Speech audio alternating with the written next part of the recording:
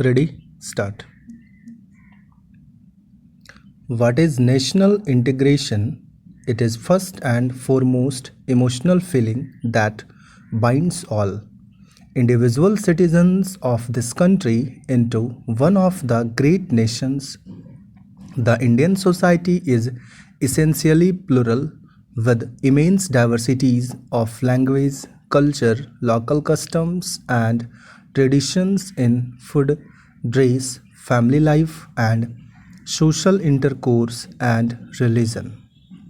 It is this immense diversity that often tempts people to regard India not as a country but as a continent or a miniature world and makes Indian life a grand, variegated mosaic of peerless beauty.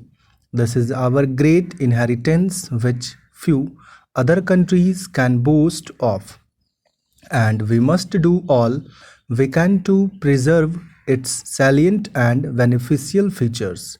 But if we have to live and grow as a nation, we must make every citizen of this country realize the basic underlying unity in all this apparent diversity, and we must also strive to eliminate or reduce to the minimum the divisive forces of communalism, regionalism, and linguism that tend to disrupt or cloud this unity.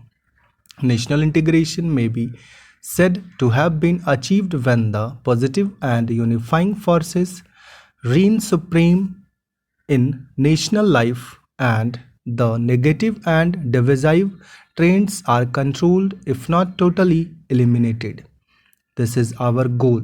It is in this direction that we have been moving throughout our long history.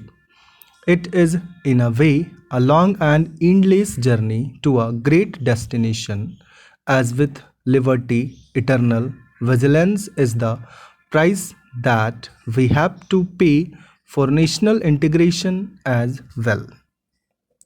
The binding together of all citizens in spite of all their diversities into one nation has to be attempted in several directions. It is not a single strand but a union of several strands which will determine the strength of the national fabric. National integration will therefore have to be positively sought through political, economic, and social development, through education, through a decentralized, just, and fair administration, and through the generation of confidence and a feeling of security among the minority groups. Each of these aspects deserves some examination. To begin with, national integration is a highly political issue. It is the responsibility of the political system to keep the country together and to provide the leadership for strengthening national integration in all walks of life. The Indian National Congress provided this essential cohesion for the last 90 years. This has been its great service to the people.